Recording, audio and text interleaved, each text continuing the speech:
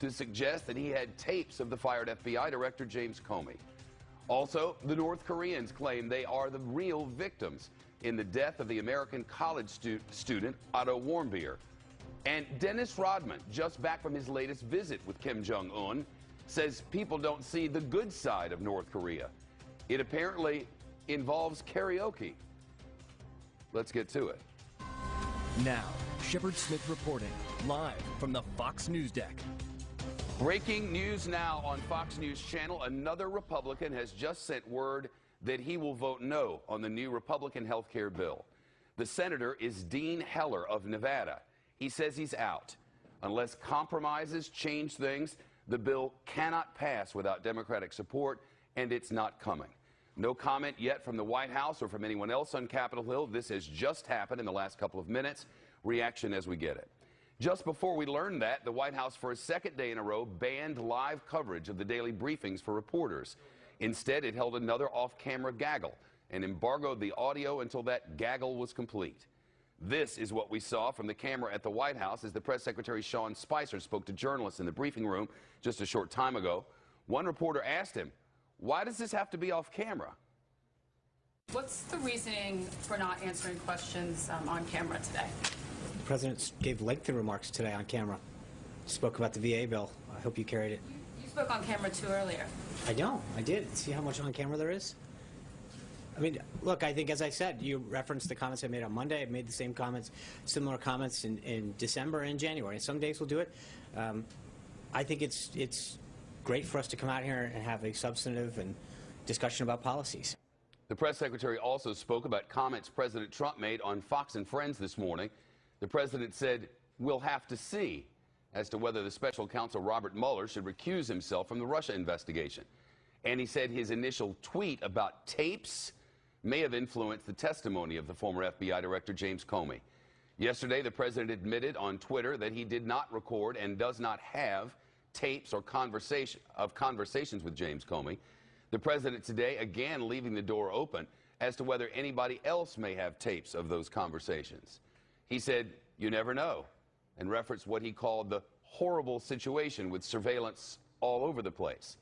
He also suggested his tweet back in May claiming James Comey, quote, "better hope there are no tapes," may have forced Comey to be honest when he testified before Congress earlier this month. So you never know what's out there, but I didn't tape, and I don't have any tape, and I didn't tape. But when he found out that that there may be tapes out there, whether it's governmental tapes or anything else, and who knows, I think his story may have changed. I mean, you'll have to take a look at that, because then he has to tell what actually took place at the events. And my story didn't change. My story was always a straight story. My story was always the truth. But you'll have to determine for yourself whether or not his story changed. But I did not tape. Actually, he could find out for us because he could ask, are there any recordings in the White House? You may remember the president during a news conference in the White House Rose Garden accused Comey of committing perjury. The former FBI director told the Senate Intelligence Committee that President Trump asked him to pledge his loyalty and then asked him to stop investigating the former National Security Advisor Michael Flynn. But the president said neither of those claims was true and that he was 100% willing to testify under oath that Comey was lying. The president also tweeted Comey's testimony contains so many false statements and lies. Legislators and investigators in Congress are previously demanded that the White House turn over any tapes if they existed. And after the president tweeted he had no idea whether somebody else might have made some tapes, the ranking member of the House Intelligence Committee yesterday called on the White House to set the record straight once and for all. The Democratic Congressman Adam Schiff in a statement said in part, if the president had no tapes, why did he suggest otherwise? Did he seek to mislead the public? Was he trying to intimidate or silence James Comey? The response from the White House in just a moment. President Trump, in that interview on Fox and Friends, also questioned the objectivity of Robert Mueller. Here's what President told Fox and Friends about the former FBI director's investigation. Well, he's very, very good friends with Comey, which is very bothersome. But he's also, we're going to have to see. I mean, we're going to have to see in terms, look, there has been no obstruction. There has been no collusion. There has been leaking by Comey, but there's been no collusion, no obstruction, and virtually everybody agrees to that. So we'll have to see. I can say that the people that have been hired are all Hillary Clinton supporters. Some of them worked for Hillary Clinton. I mean, the whole thing is ridiculous if you want to know the truth from that standpoint. But Robert Mueller's an honorable man, and hopefully he'll come up with an honorable solution. Robert Mueller and James Comey did work together for years in Washington when Mueller was the FBI director and Comey was a deputy attorney general at the Justice Department. Our chief White House correspondent John Roberts back live for us at the North Lawn. What is the White House saying about the president's comments on Robert Mueller and James Comey? Well, let's first of all go to the tapes with James Comey, because the president said earlier today to Ainsley Earhardt on the Fox and Friends interview that he thought that putting out that tweet was not, as you pointed out, Shep, a, quote, stupid thing, because he thought that it held James Comey to account when he was testifying before the Senate Intelligence Committee that, well, maybe there's some corroboration out there of anything that Comey is about to tell the Intelligence Committee, so we better be straight about the details of the conversations with the president indicating that it maybe forced Comey to be sure he told the truth. But there's a little bit of a hole in that thinking because, of course, the White House, after Comey's testimony, disputed the fact that he said that the president, he thought, was asking him for a loyalty pledge and was also asking him to drop the investigation into the circumstances surrounding the firing of Lieutenant General Michael Flynn. Now, as to the Mueller issue, the president there indicating that potentially there was a conflict of interest that Mueller had, that the suggestion, or the implication rather, that Mueller might have to recuse himself. As far as the president firing Mueller, we were told a couple of weeks ago he had absolutely no intention of doing that. So I checked with the press secretary today whether or not that still stands. Listen to this exchange. Is he still ruling out firing the special counsel? Nothing's changed on that in terms of his position on His position is? that while he retains the authority, anyone who serves at him, I believe Steve and I had a healthy exchange with, but that he has no intention of doing that. Right. Does he seem to suggest this morning there might be a circumstance under which Mueller should take himself out? Can you tell us? I don't. Yeah, that's one. Obviously, I'd refer to Mark Kasowitz in terms of the president's legal strategy on that. But I'll just leave it at that. Yeah, so Mark Kasowitz, of course, is the president's outside legal counsel. I checked with the team, and a source close to that team told me that, as the president said, that they believe that Robert Mueller is an honorable man and that he would, quote, do his best, Shep. But I think they're kind of showing a narrative here that there are a lot of potential conflicts of interest here. His closeness with James Comey, as you pointed out, and then the fact that he's hiring a lot of people who have, at the very least, donated to Democrats in the past, although one of those people that's donated to Democrats has also donated to at least one Republican, that being George Allen of Virginia. Shep? The Russians meddled in the election, obviously. That is without question, except from the president. And there seems to be a lack of, I don't know. What is the position? Is there something new on that? Well, Sean Spicer was asked about that today, and he said, of course, the president's worried anytime any foreign entity would try to meddle in an American election. He pointed out that's why the president has been convening these panels and commissions on cybersecurity, why he's been tasking with the Department of Homeland Security with looking into cybersecurity, and why he ordered, through an executive order, the creation of this commission to look into voter irregularities, potential voter fraud, and potential voter tampering. Here's what the press secretary said about that just a short time ago.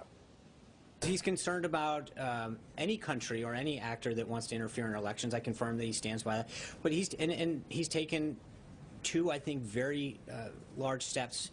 One is cybersecurity, to make sure that he signed an executive order. His Homeland Security advisors working diligently to make sure that we take steps to protect the integrity of our election system and all of our other cyber defenses. And then secondly, he instituted an election commission that is making sure that we look at all of how we're voting and to make sure that we maintain integrity in all of our voting process. Right. So the press secretary was asked, well, what has that commission done? Because it doesn't look like it's done a whole lot. And Spicer allowed that next week that commission will be sending out a letter to all state and county election officials asking for information back on what they saw during the election show. All right. John Roberts at the White House. Thank you.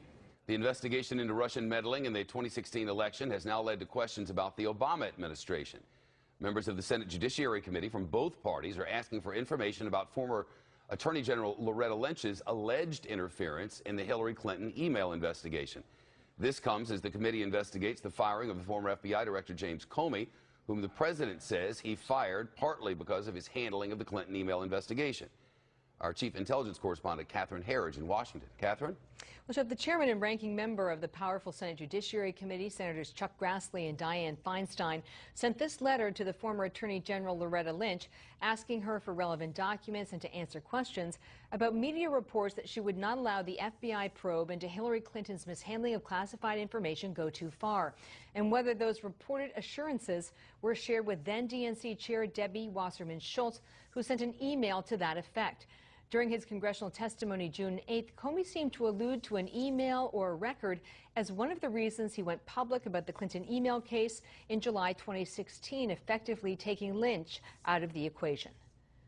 There were other things that contributed to that. One significant item I know the committee's been briefed on. There's been some public accounts of it which are nonsense, but I understand the committee's been briefed on the classified facts. After Comey made his very public announcement about the Clinton emails in July of 2016, his boss, Loretta Lynch, testified, and based on our research, she declined to answer questions about the Clinton email case more than 70 times during that testimony, Shep. Catherine, there are reports the House Intelligence Committee will interview Hillary Clinton's campaign chairman, John Podesta. Well, we've reached out to several contacts on the Hill, and what we know at this hour is that House Intelligence wants to hear from the former Clinton campaign manager, but John Podesta's testimony is not firm for next week, though it may well be by the end of today. We'll update you as we learn more about that. Russian-backed hackers were behind the theft of the Podesta emails, and breaches that targeted the DNC and DCCC in 2016 then strategically leaked those emails to damage then-candidate Clinton. Special counsel Robert Mueller was on Capitol Hill this week, meeting with the House and Senate Intelligence Committees as well as the leadership of the Senate Judiciary Committee to ensure that these overlapping investigations into Russian interference do not conflict. The House Intelligence Committee has set a deadline for today for Mueller to share the memos from Comey that documented those private conversations with the president. Shep. What are we learning about this closed-door testimony from the nation's intelligence chief? Well, the Director of National Intelligence, Dan Coats, testified behind closed doors Thursday in front of the same committee. A senior Republican on that committee, along with a ranking Democrat, assured DNI Coats there would be no selective leaks about the testimony, but within hours, there was an NBC report. I can't tell you who it is, but I can tell you this. You're going to have a chilling effect on other witnesses who want to share classified, sensitive information when it makes its way to the headlines before the transcripts even dry.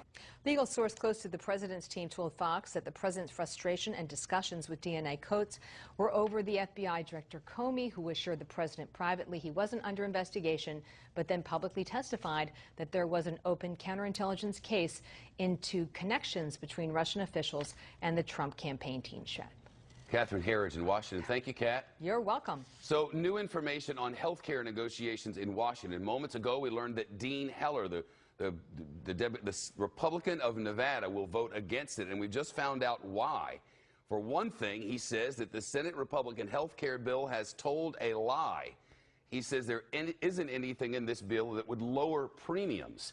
He's given a news conference. We'll talk about the ramifications of this as time is running out to get anything done before Congress goes on break. Ahead, what the holdouts say it'll take to get their votes and what's at stake if they fail.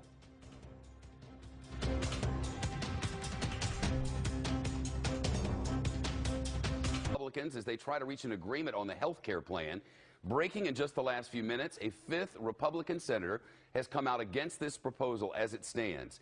As we reported, it's the Nevada Senator Dean Heller, again a Republican. He's citing Medicaid cuts as part of the reason and what he calls a lie among those who are discussing this legislation. He says there is nothing in this bill that would lower premiums, and certainly many millions of people would not be covered under Medicaid expansion as that goes away in the years ahead. Keep in mind, Republicans cannot lose but 2 votes. Not a single Democrat is expected to support this measure. Senate GOP leaders have said they plan to vote sometime next week, though the party's chief vote counter, the Texas Senator and Majority Whip John Cornyn, earlier today told Fox News it's not a perfect bill and that his colleagues need to be realistic. We have to deal with the art of the possible here. It's not going to be something each one of us are going to like standing alone, but I think this is the best we've been able to do with the hand we've been dealt, and we can't afford to fail. Can't afford to fail, and politically speaking, there is plenty at stake for his party. President Trump put it at the forefront of his campaign promises: repeal and replace Obamacare. Yet 5 months into the Trump presidency, with a Republican-controlled Congress on both sides, there's no health care effort, or any health care effort has failed thus far in the House, another that barely passed, and now a Senate plan that, as it stands, is dead on arrival. Peter Ducey has the news on Capitol Hill. This Senator Dean Heller is one of the more vulnerable Republican senators, and I guess that he would make this turn is not all that surprising. Give us the details as you have them. Shep, as we have it, and we just heard Heller stand right next to the Nevada Governor Brian Sandoval, who was apparently counseling him about how Medicaid cuts would impact Nevada. Heller said it's going to be very difficult to get him to a yes, and that makes him, Heller, a lot different than the other four senators, Lee, Ron Johnson, Paul, and Cruz, who all came out yesterday and said, look, right now this bill not perfect, but we are willing to work with the White House, work with leadership to make things better. Heller is not talking like that. He says basically that he is completely out. As for what the other senators might want, Cruz has been saying, and he's been handing out a leaflet to his colleagues with his path from no to yes. He says that he wants there to be more flexibility to buy and sell insurance across state lines. Some more want more of Obamacare repeal. Then there are still some more question marks. It might be higher than 5 in the Republican Party against this. Portman and Capito have been on record recently as pushing for more money to combat the opioid epidemic. Two others, Collins and Murkowski, say that they don't want any cuts to Planned Parenthood, which this Senate draft has a lot of. And so when people do talk about tweaks to this bill to get it through, it's not just fine-tuning one thing or in one area. It is a lot of different things, and it just got a lot harder to get it through because, again, they can afford to lose 2 and then have the Vice President Mike Pence come down here and break the tie. But right now, they are 5 down. Shep. Peter, quickly, if you could, where's the president on this? Shep, as we just heard from the Press Secretary Sean Spicer, President Trump has been meeting with lawmakers who are on the fence. He's got his HHS Secretary Price, the CMS Secretary Verma. They are all working with the legislative team on the White House, people on the Hill, trying to technically change the bill to make it as attractive as possible to pass it. But again, they are moving extremely fast by Senate standards, hoping to get all of this done next week. And again, when we heard from Spicer that the president was working behind the scenes with his team, that was before the Heller announcement. So the calculus may have just changed in a very big way, just even in the last half an hour. Shep. Peter, thanks. Remember the politics here. This bill is decidedly unpopular in the population. Heller is the most vulnerable Republican running for re-election in 2018. He's the only Senate Republican up for re-election who comes from a state that Clinton carried in the 2016 election. So he's on the no side of this bill, and it could be big problems for Republicans. Continuing coverage of the health care negotiations, we'll speak with a congressional reporter from the Wall Street Journal. She says do not underestimate the Senate Majority Leader Mitch McConnell and his ability to pick up votes. Again, they're talking about compromise. Can you get these senators to come on board and then get this thing passed? We'll speak with her. That's next on Fox. More now on the 5th Republican senator coming out against the GOP health care bill in the U.S. Senate. Let's turn to Christina Pearson, congressional reporter for the Wall Street Journal. She has an article posted right now on the health care plan at WSJ.com. By the way, full disclosure, we are corporate cousins owned by the same owner. Hey, Dean Heller, when you read into it, not that much of a surprise, but he is citing specifically cuts to Medicaid, the number of children who will be left without insurance, and specifically premiums. He says that it's a lie that anything in here would bring down premiums. That's been a very contentious issue in both the House and the Senate. There are a number of conservatives, including the 4 who came out against the bill yesterday, saying that it needs to do more to bring down costs. And what they mean by that is they want to let states allow insurers to opt out of some of the Affordable Care Act's regulations. And that would let them offer plans that would be less comprehensive, but likely cheaper. He says it's going to be very difficult. He says it's going to be very difficult to get me to a yes. He says it's going to be a very difficult lift to change this bill at this point. Is there a belief that they'll be able to wrangle these votes? Because they got a pretty good wrangler, those Republicans. Yeah, it's really hard to tell right now. I would never underestimate the power of Senate Majority Leader Mitch McConnell to find those votes. He is known as a master tactician on Capitol Hill, but he has very little room to maneuver right now. He can only lose 2 votes. Senator Heller sounds like he may not be gettable.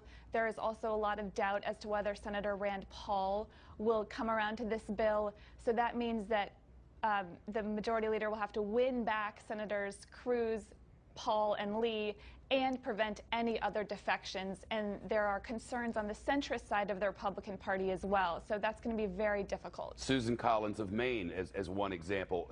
It Right. seems as if you are able to make a change that would get one of these more far-right Republicans, you might lose some of the centrists like Susan Collins.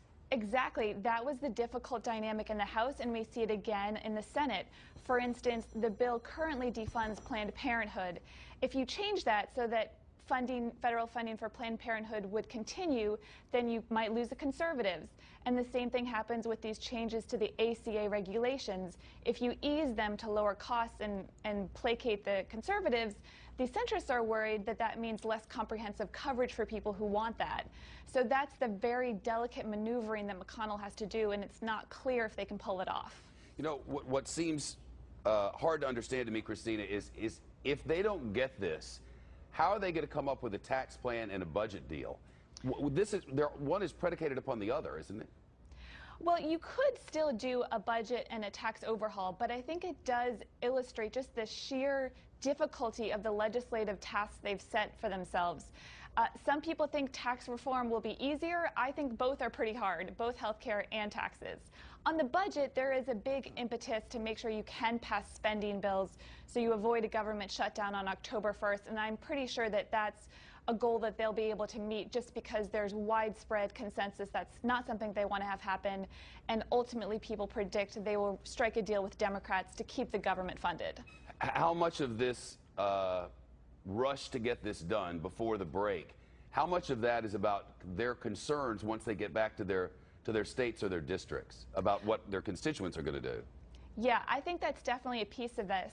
There are some senators who have been saying we want to make sure we have enough time to study the health care bill, but the vote counting does not get easier after the recess necessarily, because that gives groups that want to preserve the ACA time to activate, to go to town halls, to have constituents call their lawmakers. So it could be more difficult to reach 50 if you wait until after July 4th. But yeah. I'm sorry, I was just going to say, when do we get a CBO score? When do we find out what this is going to cost and who's going to lose their insurance?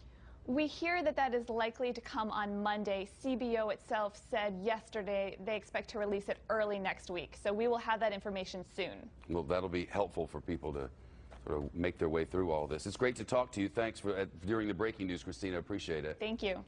More ahead on the Russia investigation and President Trump's comments about the special counsel overseeing the whole thing. So will questioning Robert Mueller's credibility blunt the results of the investigation? Or could this tactic backfire? That's coming up as we approach the bottom of the hour and the top of the news. Dozens of people are dead and nearly 100 hurt after 3 bombings across Pakistan. That's according to government officials there. The first attack, a suicide bombing near the office of a police chief in the southwest. Officials say 11 people have died. Hours later, 2 explosions went off just minutes apart at a crowded market in the north of Pakistan. Those killed at least 24. We're unclear at this moment on who's behind the attacks. Police in London say they're considering manslaughter charges after the high-rise fire that killed now 79 people. Police also say they've confirmed that last week's inferno began in an apartment refrigerator freezer. Investigators say building material called cladding may have helped spread the flames. Officials said that the same material was partly responsible for a high-rise fire in Australia in 2014. Morning, that the friendship between Special Counsel Robert Mueller and the fired FBI Director James Comey is very bothersome. But the president also calling Mueller an honorable man. Let's bring in Ali Watkins, national security correspondent for Politico. It seems there's a strategy developing here on the president's part. Yeah, I mean, we kind of all were prepared for him to go after Mueller, I think. What could be problematic here for him is that Mueller has wide support from Republicans, particularly in the Senate.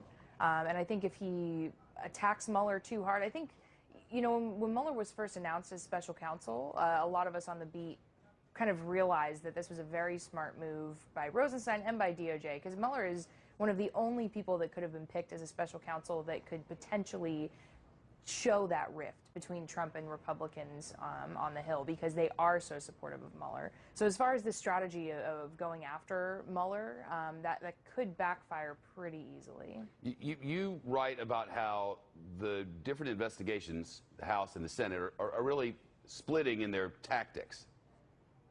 Yeah, I mean, we've seen this week that the whole variety of investigations are kind of off the ground and moving in their own separate directions. The week that the Mueller probe, the special counsel, was first announced, there was a lot of questions in those immediate days of, you know, well, how were they going to deconflict between the respective probes? How was that going to work?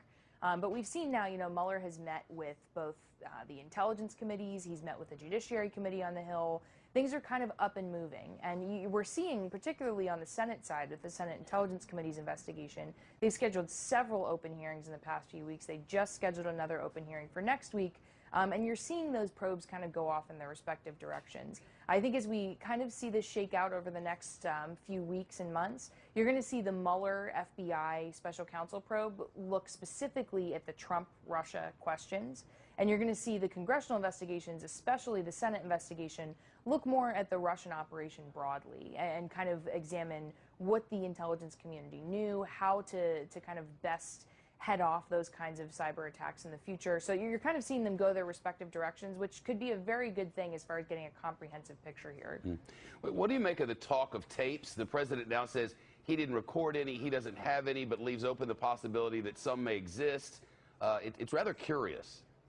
I mean, the tapes debacle was something I think we all saw what the ending was going to be to this, and it very much backfired again on the White House, in that when Trump first suggested that he had tapes, former Director Comey has testified that that was what encouraged him to share these memos that he had written. So I think we all kind of knew when he said there were possibly tapes that he probably didn't have tapes, but now that that question's answered, I think we can hopefully move past that. They asked him this morning about Mueller potentially, Comey potentially recusing himself, and he was like, hey, we'll just have to see. Yeah, I mean, the questions, you can tell he's kind of, I think he's testing certain attack methods when it comes to Mueller, and there is obviously, Comey is a very politicized figure. There are people who feel very strongly certain ways about him, including on the Hill. So I think, you know, going at Mueller through Comey is an interesting approach, but as I said, I think Mueller's reputation stands for itself, particularly among the GOP on the Hill. Yep, the Republicans pretty well in lockstep on that. Hey, it's good of you to come by. Thanks, Allie. Thanks. Allie Watkins, national security correspondent for Politico. North Korea now claims it is the biggest victim in the death of an American it held hostage. Otto Warmbier's relatives say they believe that the North Koreans tortured the college student. Senator John McCain says they murdered him. North Korea's government-run news agency denies any mistreatment at all and calls Warmbier's death a mystery. He died just days after the North Koreans sent him back to the United States. Doctors said he had a severe brain damage and was in a state of unresponsive wakefulness. Meantime, former NBA star Dennis Rodman is defending the North Korean regime and the murderous dictator Kim Jong-un for reasons that are, well, inexplicable, after he came back from a trip there. Listen. People don't see the good side about that country, but I think people don't see him as a friendly guy. We always talk, right? We sing karaoke. It's all fun, ride horses, everything. Well, they have a good side, horse riding and karaoke. While they do sing karaoke and ride horses, U.S. officials say at least 3 other Americans are North Korean prisoners right now. Dennis Rodman and his glasses also said his visit to North Korea played a part in Warmbier's release. The State Department, Warmbier's family, have flatly denied that. Jennifer Griffin's at the Pentagon for us. Jennifer? Well, Shepard, one thing we know for sure is Otto Warmbier was not singing karaoke with Kim Jong-un. White House spokesman Sean Spicer said moments ago that there is no mystery about how Otto Warmbier died. President Trump has called it a disgrace. It's the first time, however, that we have heard North Korea address the death of the UVA student, Otto Warmbier. U.S. officials believe that he was tortured while imprisoned by the North Koreans for taking a propaganda poster from his hotel. North Korea's state news agency claimed today it provided the young American, quote, medical treatments and care with all sincerity on humanitarian basis and denied torturing him. Quote, the fact that Warmbier died suddenly in less than a week just after his return to the U.S. in his normal state of health indicators is a mystery to us as well. To make it clear, we are the biggest victim of this incident. Hundreds of mourners celebrated the life of this promising American college student, turning out to say their farewell in his hometown of Wyoming, Ohio, near Cincinnati Thursday. Ohio Senator Rob Portman had this to say.